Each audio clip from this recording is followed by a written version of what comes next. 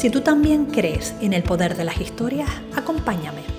Esto es De Patio en Patio. La historia de Sara empezó como comienza la historia de muchas mujeres. El diagnóstico de su hijo la llevó a investigar y a verse reflejada en la historia de otras muchas mujeres como ella, hasta que llegó el suyo. Sara es autista. Lo que podría haber sido un golpe duro, ella lo transformó en un camino de autoconocimiento, comunidad y propósito. Acompañada de un grupo de mujeres maravillosas, de compañeros que quieren revolucionar el hockey y de una profesión que le permite disfrutar de su hijo y vivir de su pasión, Sara nos trae hoy una historia de fuerza, de autenticidad y de esperanza. Antes de empezar, me gustaría hacerte una pregunta. ¿Eres TEA o eres autista o tienes autismo? Buena pregunta. Es muy buena pregunta porque yo, cuando a mí me dieron el diagnóstico de TEA grado 1, lo primero que pensé fue, ¿qué es el TEA? Según el diccionario de la Real Academia Española, una TEA es una astilla o raja de madera muy impregnada en resina que, encendida, alumbra como un hacha. Hoy en día el fonema ha adquirido un nuevo significado. TEA son las siglas de trastorno del espectro autista. Trastorno. Yo no creo que tenga un trastorno. Entonces, me considero autista porque al final viene dentro del desarrollo del cerebro. Es una condición neurobiológica, o sea, no es un trastorno que tenga que ser curado o tratado, sino simplemente hay que aprender a vivir con ello, hay que entenderse y hay que saber gestionarlo. Entonces, yo soy autista. Yo no tengo ningún trastorno. No me gusta la palabra TEA. Fíjate que importante es el lenguaje, ¿verdad? Es súper importante. Al final las palabras tienen mucho peso, tienen muchísimo peso. Y si nos identificamos con la palabra TEA o trastorno del espectro autista, estamos diciendo que ya hay algo mal. Porque el trastorno de por sí, la palabra, tiene una connotación negativa. Entonces, no me gusta esa palabra. Es verdad que ahora están intentando usar espectro autista a secas. Pero cuando tienen que poner siglas ponen TEA. ¿Cuándo y cómo descubriste que eres autista? Pues lo descubrí a raíz del diagnóstico de mi hijo. Mi hijo estaba yendo al cole y su profesora fue la que nos dio un poco la voz de alarma, ¿no? Nos reunió un día su papá y a mí y nos dijo, ¿no he notado algo raro en el peque? Y claro, yo se había notado cosas desde hacía años. Pero claro, al final siempre te dicen con la madre es diferente, lo tienes mal criado, es más caprichoso contigo, pero yo sí veía cosas diferentes en mi hijo respecto a los otros niños. Entonces llegó su diagnóstico, a raíz de eso empecé a investigar como buena autista y hice hiperfoco.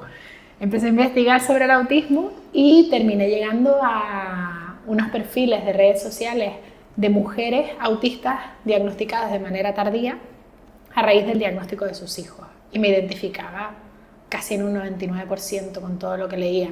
Entonces ahí empezó otro hiperfoco, que era averiguar sobre mujeres autistas. Y descubriste que había muchísimas mujeres autistas. Una barbaridad. Muchísimas mujeres que llegan a su diagnóstico de neurodivergencia, o su detección, mejor dicho, ¿no? De neurodivergencia en la edad adulta. Y contacté con un especialista en diagnóstico de mujeres autistas adultas y efectivamente me dijo que tenía muchas papeletas y que era buena idea empezar un proceso diagnóstico. Me cambió la vida por completo. Antes de empezar la entrevista, Sara y yo compartimos fuera de cámara lo que para nosotras había supuesto saber que éramos neurodivergentes. Yo le conté que para mí había sido una especie de shock porque directamente pensaba que había algo mal en mí. Pero para ella fue completamente diferente. Esto fue lo que me dijo. Un alivio, sí. Para mí fue al principio fue como, he perdido tantos años de mi vida y ahora voy a saber realmente que yo no soy el problema. O sea, ahora voy a poder realmente quererme como soy porque el problema no está en mí. Vamos a centrarnos en eso. Una de las cosas que me decías es que tu vida cambió por completo. Sí. Porque empezaste a entender muchas cosas de tu vida, le diste sentido, empezaste a entenderte mejor. Pero ¿cómo recuerdas a la niña, a la Sara de niña? La Sara de niña, pues mira, hay una anécdota muy graciosa que mi terapeuta me contó después de que sucediera. En el proceso diagnóstico, una de las pruebas es entrevistar a una persona que ha estado contigo durante tu infancia, una persona de referencia. En este caso fue mi madre. Entonces el terapeuta se reunió con mi madre y le hizo esta entrevista. ¿Qué pasa? Que una cosa que le llamó mucho la atención a mi terapeuta es que mi madre decía que yo era una niña muy feliz, que siempre estaba sonriendo, que nunca tenía problemas con nadie. Y el terapeuta le decía, pero tiene una hermana mayor, habrá discutido con ella, habrá tenido problemas con ella, o en el cole, o con sus amigas. Y mi madre, no, siempre era una niña muy feliz, siempre estaba sonriendo, veías a Sara y era felicidad, siempre estaba contenta. Y el terapeuta le insistía, pero ¿no crees que eso es algo raro? O sea, ¿no eres consciente de que eso no es normal en una niña? Que los niños tienen que tener emociones aparte de la felicidad, tienen que enfadarse, tienen que llorar, tienen que frustrarse, entristecerse.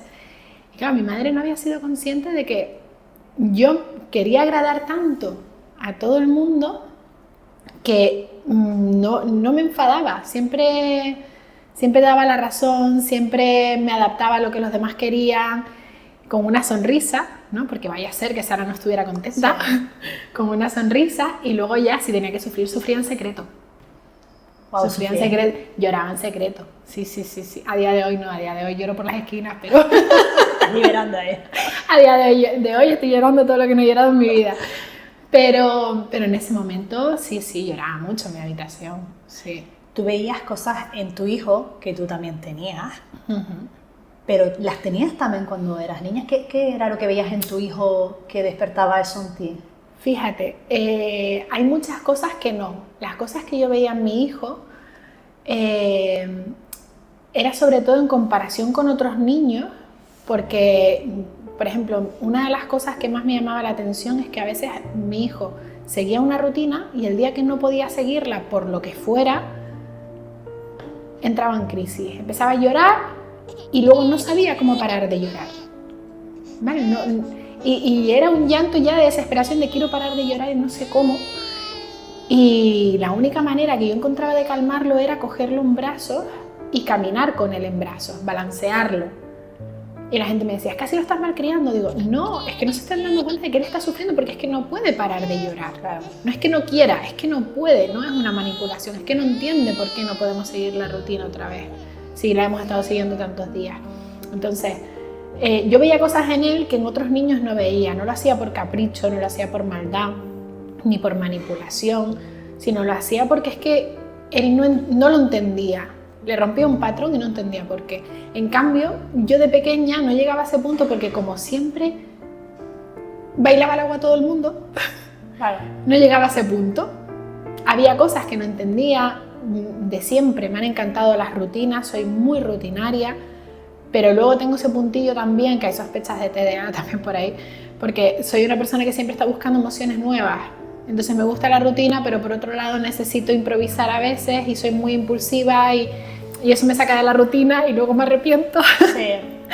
Y va por ahí, ¿no? Pero es cierto que me identificaba, por ejemplo, en la manera de ver el mundo, en eso sí, la manera de ver el mundo, porque es un niño muy sensible, es un niño muy empático, lejos de lo que suelen pensar, ¿no? De los autistas que dicen, no tienen empatía. Mentira, al revés, son tan empáticos que no saben cómo gestionarlo. Sí. Entonces me veía sobre todo en esa manera de ver el mundo, ¿no? Que tú también la tenías. Sí, en esa empatía que yo pensaba hasta hace poco que para mí era un lastre y me he dado cuenta de que al final es una virtud. Una persona autista tiene un cerebro desarrollado de una manera diferente, tanto estructuralmente, morfológicamente, pero sobre todo funcionalmente. ¿Esto qué quiere decir? Que funciona de una manera diferente a cómo funciona el mío o cómo funciona el tuyo, a cómo funciona el de una persona neurotípica. Esto lo que hace es que pues les condiciona esta manera diferente de funcionar, condiciona la manera en la que interpretan el mundo, en la que sienten el mundo, en la que interactúan con el mundo, la manera en la que se relacionan con las personas, con otras personas y la manera en la que se comunican, entre otras cosas. ¿Cómo viviste la etapa del instituto y de la universidad? ¿Tú tuviste algún obstáculo a la hora del aprendizaje, socialmente, que tus compañeros a lo mejor no las tenían? Sí y no. Por ejemplo, en cuanto a académicamente, no tuve mucho problema porque siempre he sido una niña que si no estudiaba mucho sacaba notas bien Y si era algo que me interesaba y estudiaba con ciencia, sacaba muy buenas notas. Siempre he sido niña de notable y sobresaliente. ¿Qué pasa? Que en cuanto a amistades, sí es verdad que tanto la etapa del colegio como la etapa del instituto estuvieron muy marcadas por el acoso escolar, por el bullying, ¿no? Que se llama hoy en día. Que la gente dice, pero eso siempre ha habido. Sí, pero el tema es que ahora tiene una repercusión mayor y nos enteramos más, ¿no? Por redes sociales, pero yo lo pasé muy mal con el acoso escolar. ¿Por qué? Porque siempre estaba en el grupo de las populares, pero era la menos popular. O sea, era lo que llaman hoy en día la follower, ¿no? Siempre había líderes y yo seguía y me adaptaba, porque me marcaban las pautas y no tenía que pensar y entonces no decepcionaba a nadie. Fíjate, curioso.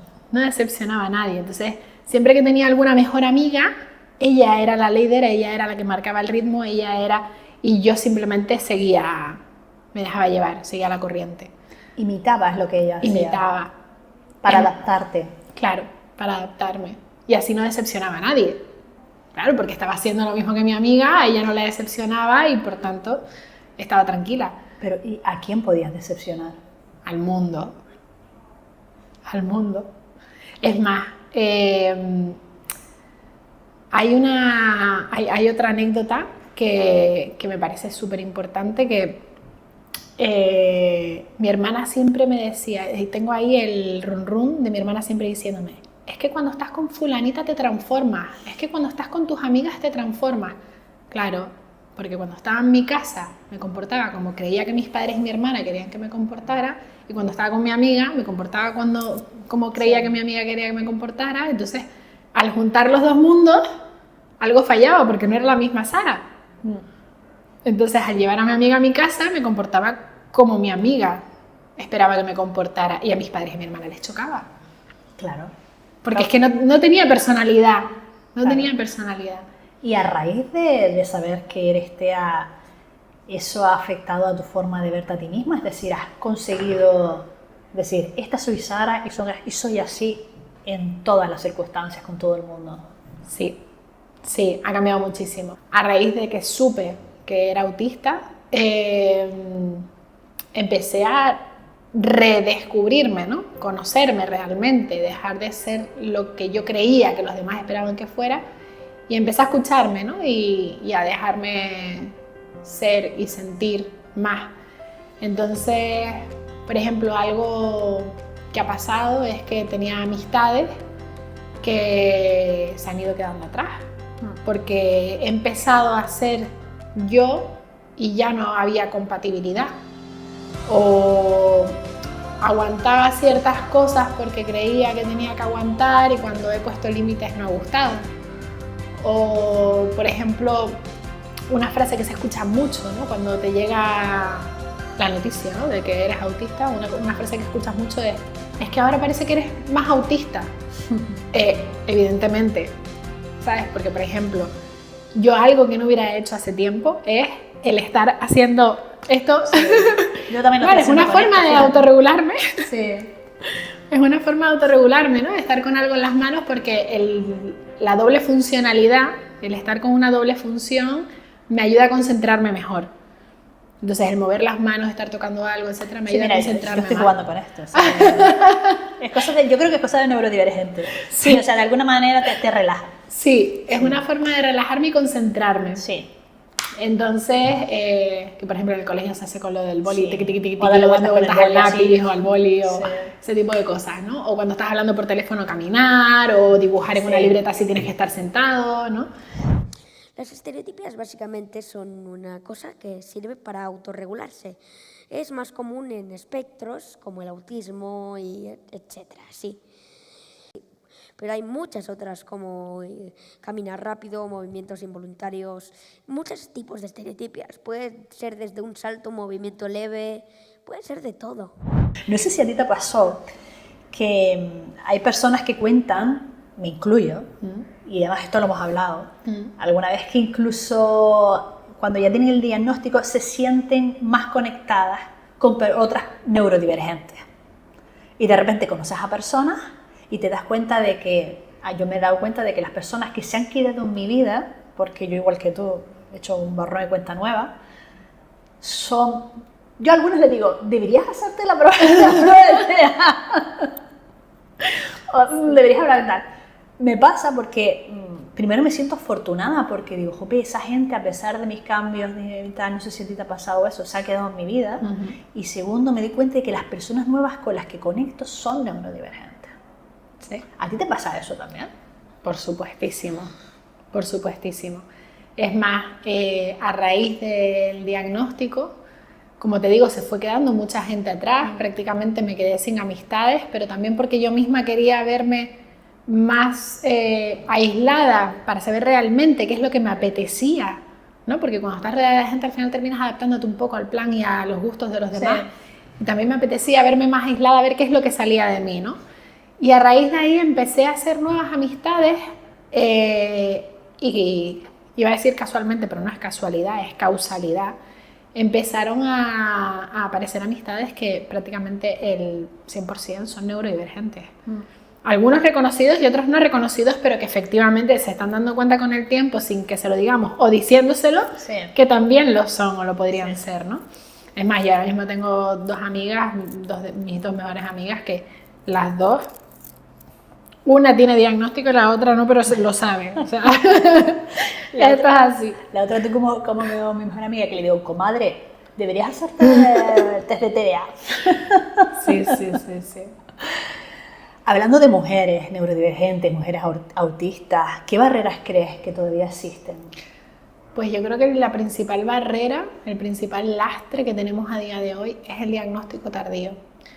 ¿Por qué? Porque siempre ha habido una creencia de que el autismo es de varones y además niños, es decir, infantil, ¿no? Lo que se ha demostrado con el tiempo es que evidentemente no es solo infantil, porque esos niños crecen y lo único que hacen es enmascarar para sobrevivir en la sociedad, pero siguen siendo autistas, sino que también hay muchas niñas que no han sido diagnosticadas y que en la edad adulta siguen enmascarando y siguen fingiendo, porque al final enmascarar es fingir, es ocultarse, y siguen siendo camaleónicas para poder sobrevivir, ¿no? Yo creo que esa es la principal barrera, el diagnóstico tardío en mujeres, porque como somos diferentes. Antes se pensaba que había 4 veces más niños autistas que niñas, pero ahora sabemos que no es así. Lo que hay son menos niñas y mujeres diagnosticadas. Y esto es peligroso. Pensad que muchas mujeres detectadas en la edad adulta llevan a sus espaldas todo un historial de etiquetas equivocadas. Trastorno límite de la personalidad, ansiedad, psicosis. Y si el diagnóstico no es el adecuado, el tratamiento todavía lo será menos. Evidentemente, esta detección es solo el primer paso, pero nos permitirá buscar el apoyo más adecuado en cada caso individual. Claro, es que hay estudios que demuestran que las mujeres tenemos más capacidad de hacer masking, o sea, de adaptarnos, lo que tú hacías cuando eras niña. Efectivamente. El deseo de encajar hace que las niñas y mujeres TEA se conviertan en expertas en camuflar su autismo. Aprenden a copiar cómo hablan o se mueven las personas no autistas para integrarse entre ellas. El masking o enmascaramiento es como ponerse una máscara que les ayuda a parecerse a los demás. No sé si a ti te pasa mucho que yo creo que las personas neurodivergentes tienen hormonas espejo. Perdona que interrumpa la entrevista, pero aquí patiné. No son hormonas espejo, son neuronas espejo. Las neuronas espejo son células nerviosas que tenemos en el cerebro y se activan cuando realizamos una acción o bien cuando vemos realizar una acción, lo que permite la empatía y el aprendizaje. Aclarado esto, continuamos conociendo a Sara. Más que las otras. Sí. Y no sé si a ti te pasa a lo mejor que yo conozco, por ejemplo, yo qué sé, alguien que, por ejemplo, es más amanerado, o sea, un hombre, y yo de repente me veo también un poco más así, ay, parece, ¿no te pasa eso? La anécdota de que bien imitas los acentos. Es que se me pegan los acentos. O sea, yo hablo con una persona argentina durante 2 horas y termino hablando con acento argentino. Sí. Se me da súper bien. ¿Tú sabes que a mí también me pasa eso? Y después me siento súper mal porque digo, ay Dios, se va a pensar que me estoy riendo de esa persona. Pero Pues es sí. que no. Es una pena que tengamos que enmascarar cómo somos realmente para poder adaptarnos a la sociedad, una sociedad que no está preparada realmente para personas neurodivergentes. ¿Cómo imaginas un mundo más inclusivo? es súper difícil, porque son soluciones muy fáciles, pero difíciles de aplicar porque debería ser para toda la sociedad, ¿no? Realmente el hecho de no juzgar, el hecho de respetar cómo es el otro, ¿no? Sin poner esas etiquetas, sin poner... Ojo, que con lo de etiquetas no estoy diciendo que sean malas, porque por ejemplo, a mí me ayuda la etiqueta de autista, a mí me ha ayudado muchísimo, me ha cambiado la vida y no lo veo como una etiqueta negativa, todo lo contrario, pero esas etiquetas sobre el cuerpo, el físico de otra persona, la personalidad de otra persona, no ayuda, ¿no? Yo creo que siendo más amables, creando una convivencia, más que una inclusión, ¿no? Que es la palabra de moda, más que una inclusión es crear una convivencia real, es ser más amables, más sonrientes, sí, más respetuosos. Parece súper fácil, ¿no? Pero es un poco utopía, ¿no? Que sea algo generalizado en la sociedad. Es darnos cuenta de que vivimos en comunidad y nos necesitamos todos. O sea, yo te necesito a ti, tú necesitas al otro, o sea, Sí. Nos necesitamos y precisamente yo no sé si a ti te pasa que te sientes tú como autista y como madre de un autista que tienes que estar todo el rato justificándote. Me pasaba, ya no. Es más, te estoy contando un montón de anécdotas, pero es que me encanta para dar contexto, claro, y tener una visión más clara de lo que quiero decir. Me pasó cuando me dieron el diagnóstico del niño, me lo dieron en septiembre, bueno, a finales de agosto, de hace ya 3 años, me lo dieron a finales de agosto y ese septiembre quería tramitar la beca NEAE y fui a renovar el DNI de mi hijo que se estaba caducando, porque le hacía falta para la tramitación de la beca. Y fui a la policía y yo estaba anímicamente muy mal, porque al principio yo no tenía los conocimientos sobre autismo que tengo ahora, yo no entendía lo que estaba pasando, entonces yo estaba muy mal al principio. Y fui a la policía. Y me acuerdo, mi hijo estaba en crisis porque estábamos al lado del Parque Juan Pablo II y no entendía por qué estábamos en ese edificio en vez de haber ido al parque como hacemos siempre que aparcamos al lado del parque. Problema mío no habérselo anticipado, pero en ese momento no sabía el tema de la anticipación. Entonces empezó a portarse muy mal en la comisaría de policía. Yo me acuerdo estar sobrepasada, o sea, estar con un semblante de ojos llorosos, intentando controlar el peque en su crisis, lo que ahora sé que era una crisis, y levantarse el policía de la mesa de al lado, que iba de uniforme, levantarse y decirle: a ver si te portas mejor, que parece que mami no sabe cómo educarte. Coño, no. Ay, tío, la gente también. Claro, yo me quedé y luego la persona que estaba atendiendo a ese policía dijo: pórtate bien, que si no la policía coge y te lleva preso. Ay, Dios. Que eso ya es para todo el mundo, ¿vale? No metan miedo a los niños con la policía, por favor. La policía es una persona de referencia a la que tiene que acudir si ocurre un problema, sí, si se pierden, si... Es una persona de ayuda, no le metan miedo con eso a los niños, por favor. Entonces, ¿qué hice? Exploté a llorar. Silenciosamente se me empezaron a caer las lágrimas, intentando contener a mi hijo como podía. Y en una de estas, la mujer que me estaba atendiendo soltó: ¿y para qué quieres esto y tal? Le dije: para tramitar la beca NEAE, y me urge. Y claro, ahí la cara de la señora cambió, miró al niño, me miró a mí, como diciendo: vale, entonces es que hay algo. Que tengamos que dar esa explicación para que respeten y para que entiendan que a lo mejor estamos haciendo todo lo que podemos en ese momento, es muy agotador. Sí. Es muy agotador. Entonces, cuando yo veo a un niño en un parque montando una rabieta, no sabe si es por maleducado o porque realmente está en crisis. A lo mejor ese padre lo está pasando peor que tú. Sí. A lo mejor ese niño lo está pasando peor que el padre. A lo mejor, o sea, es que no tienen ni idea de lo que hay detrás. Entonces, es muy cansino, muy cansino. Ya no doy explicaciones. Ya me da igual lo que opina la gente. Ya me da igual. Si veo que mi hijo entra en crisis o lo que sea, que la verdad por suerte ya son muy pocas porque sé cómo gestionarlo en el día a día, pero no doy explicaciones. Y no tendrías por qué realmente. No, pero es como que nos sentimos obligados para que no Sí. nos juzguen, ¿no? Sí. A mí me pasaba con el mío que, bueno, mi hijo es un posible neurodivergente, seguro. Y entonces, a mí me pasaba que al principio, sobre todo cuando era más pequeñito, y le llevábamos a clases extraescolares de deportes y tal, como no sabía cómo interactuar con los niños, le hacía así. Y claro, le pegaba, pero le pegaba flojo, lo que es flojo, pero hazle tú eso a un niño de 2 o 3 años, o sea, lloraba. Entonces todos los días teníamos una historia porque él le pegaba a otros niños. Y entonces él pasaba, los niños se ponían en fila y él pasaba y les hacía todo. Su manera de saludar. Yo esto lo hablé con la psicóloga del colegio y me dijo, no te preocupes, hay que enseñarle. Pero claro, yo me veía con la obligación de explicarle a los padres que mi hijo no sabía cómo saludar a su hijo y que tuviese paciencia. Y yo sí que me veía, yo de hecho tuve que dejar de ir a las actividades extraescolares porque yo no sabía cómo gestionar eso.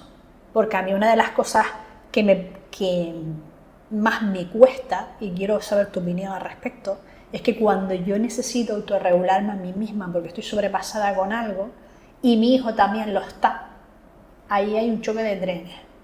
Pero claro, tú eres madre y tienes que respirar como tú estás haciendo y decir, no puedo dejar que esto me afecte porque mi hijo me necesita, porque está en una crisis, está desregulado o está viendo que se está acercando a una crisis, se está acercando, tú lo ves porque se ve. Sí. ¿Cómo sostienes tú ese momento? Porque claro, tú siendo también neurodivergente es complicado. Súper difícil. Sí. Súper difícil. Y ya no solamente ese momento en el que los dos van camino de explotar, sino cuando él está bien y tú tienes que explotar, o cuando, porque al final es eso, que nosotras también tenemos esos momentos de crisis, ¿no? Pero antes de explicarte eso, que sepas que mi hijo, cuando empezó el cole, tenía problemas con sus compañeros porque su manera de preguntar si querían jugar era empujarles y sonreír. Sí. Claro. Entonces los niños lo recibían como una agresión, Claro. le empujaban de vuelta y él decía, pero si estoy pidiéndote jugar porque me pegas. Sí. Y no lo entendía. Y ahí también tuvimos conflicto al principio. Sí, claro. Así que te entiendo perfectamente. Poco a poco hay que, como tú dices, Claro. ir educándoles en, pues mira, esa no es la manera correcta porque no lo van a entender, mejor si vas por este lado, ¿no? Pero bueno, que me ha hecho gracia porque, Sí, muy es igual. similares. Sí. Pues resulta que lo de gestionar las crisis es algo que todavía es asignatura pendiente, o sea, es muy complicado. Es muy complicado porque, por suerte, como te digo, ya él cada vez tiene menos crisis porque ha aprendido a gestionarlo mejor, ¿vale? Con, pues eso, ahora me sale la palabra. He aprendido a gestionar con anticipación, ¿vale? He aprendido a gestionarlo mejor con anticipación, negociación, intento también darle mucha voz y voto, ¿vale? Que muchos padres dicen, no, pero ¿para qué le dejas elegir? Digo, porque es que dentro de sus elecciones yo lo que hago es acotarlas, ¿no? Y que me va a parecer bien todo lo que elija, pero le doy esa sensación de elección. Entonces, cuando él entra en crisis, yo intento mantenerme, que luego me pasa factura, mantenerme estable para ayudarle a él, y cuando ya le he ayudado a él, entonces me permito explotar yo. No es fácil y termina pasándome factura, ¿vale? Termina pasándome factura. El no poder escucharme cuando tengo que escucharme y tener que retenerlo, me pasa factura. ¿Factura en qué? En que me cuesta muchísimo más autorregularme después, muchísimo más. No sé si has oído hablar, o a lo mejor si están familiarizados con el concepto de shutdown y meltdown, ¿vale? Pues normalmente los niños suelen ser más de meltdown, es decir, explosión, y muchos adultos somos más de shutdown, de apagón sensorial, ¿no? Entonces, también eso es complicado, porque el que mi hijo sea de explotar y yo sea de implosionar, Claro, es un choque ahí. es un choque de trenes, porque él necesita esa contención, necesita ese abrazo, necesita ese movimiento, necesita esa escucha activa. Cuando la persona adulta de referencia lo que quiere es silencio absoluto, no moverse ni pestañear.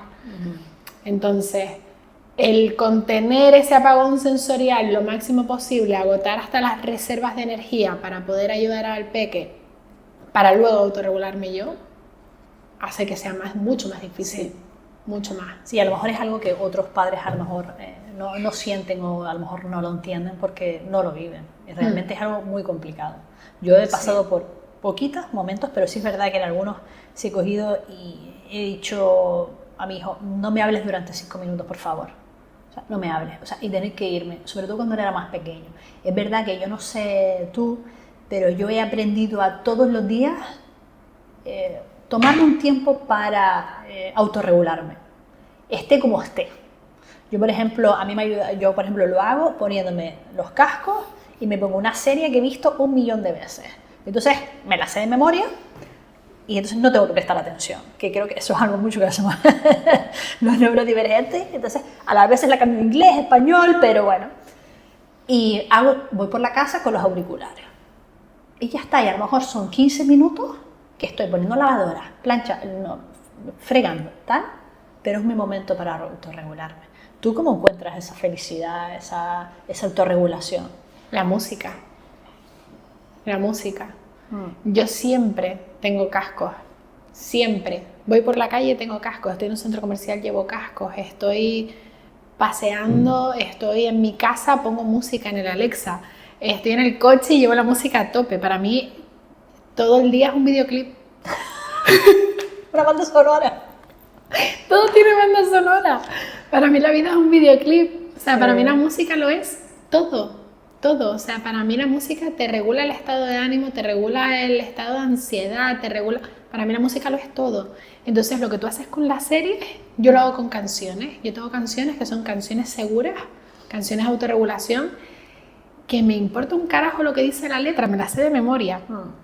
Pero me da igual si son de amor, de desamor, me da igual. A mí lo que me calma es la armonía, el ritmo, los instrumentos, o sea, es la melodía de la canción. Son 3-4 canciones que yo veo que estoy rara y ¡pum!, en bucle. Sí. Y puedo escuchar la misma canción en bucle durante 1 hora, 2 horas, 3 horas, 4 días, me da igual. Pero vamos, gasto las canciones que el Spotify se hace de oro conmigo. Sí. Vamos a hablar un poco, si te parece, de tu vida profesional, porque tú eres fisioterapeuta pediátrica. Cuéntame un poco, ¿cómo te dio por elegir esa profesión? Pues mira, la fisioterapia en general todavía no lo sé, porque una jornada de puertas abiertas fui y escuché, debería haber ido para enfermería, porque mis padres me insistieron, pero era conjunta con fisio, escuché la parte de fisio y me fui y dije, esto es lo que yo quiero. Y no me equivoqué, me gustó mucho la carrera y la profesión en sí. Y la pediatría fue que en la carrera pasas por prácticas por diferentes áreas, ¿no? Pasas por geriatría, pediatría, neurología, deportiva, todo, ¿no? Y en pediatría me enamoré de ese campo. Es verdad que a mí siempre me han encantado los niños, siempre. Es más, yo soy la típica que desde chiquitita decía, yo he nacido para ser madre, o sea, yo siempre he querido ser madre y tener niños y me encantan los niños. Entonces, pues claro, ir a pediatría y estar con niños, ¿no?, en el día a día, y encima malitos, y encima jugar con ellos mediante el tratamiento, pero jugar con ellos, ¿no? Pues me enamoré de la pediatría en la carrera. Otra cosa que te hace feliz a ti es el deporte adaptado. Sí. Tú estás con el Boccia, has creado el Club Impulso. Cuéntame un poco de ese proyecto. ¿Qué papel ocupa en tu...? Es una larga historia, esto daría para hacer 7 programas. Bueno, vamos a hacer algo así resumidillo. Vale, sí, en esa formación de pediatría conozco al que ahora es como si fuera mi hermano, Luis Doreste, un compañero de profesión. Y Luis, precisamente durante el posgrado conoce este deporte, ¿no?, la bocha, a través de redes sociales, curiosamente. Y te das cuenta haciendo fisio de que había muy pocas opciones de deporte adaptado a personas con discapacidad física severa. Para discapacidad física hay muchísimo, ¿vale? Hay tenis de mesa, hay natación, baloncesto, rugby, hay de todo, pero para discapacidad física severa había muy poquito. En ese momento, Sara se enamoró por completo del Boccia. La familia fue creciendo y crearon juntamente el Club Impulso, del cual hoy en día es la presidenta.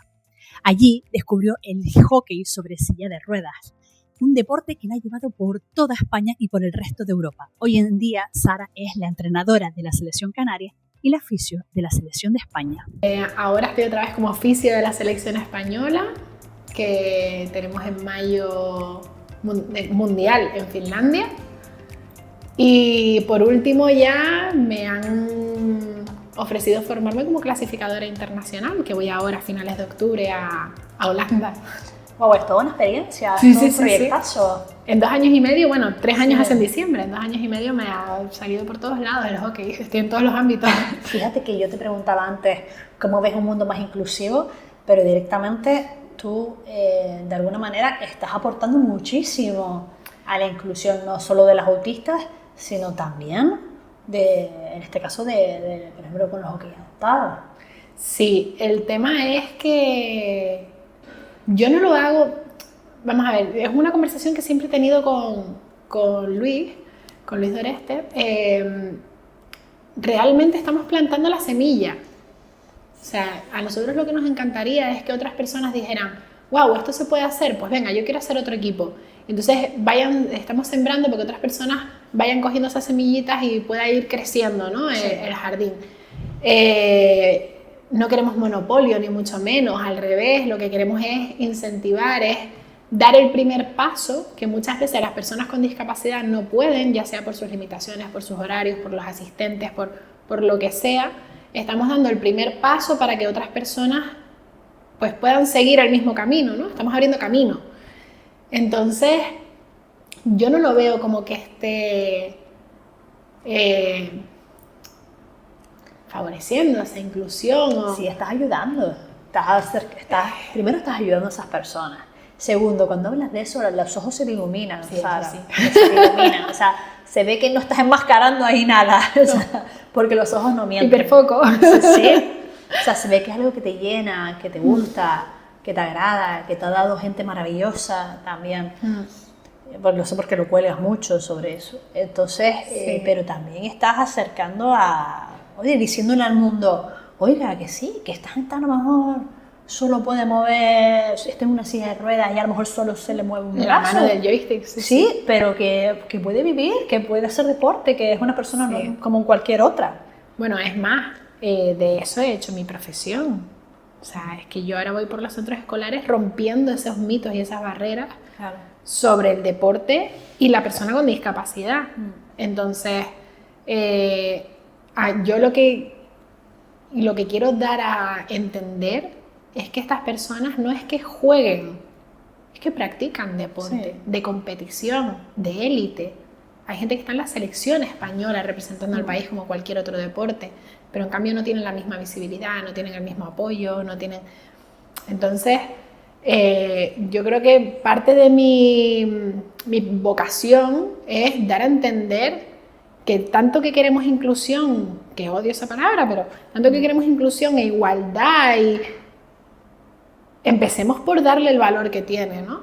Porque al final estamos hablando de un deporte como cualquier otro, y que quisiera verte yo manejando una silla de competición de hockey a 15 kilómetros por hora.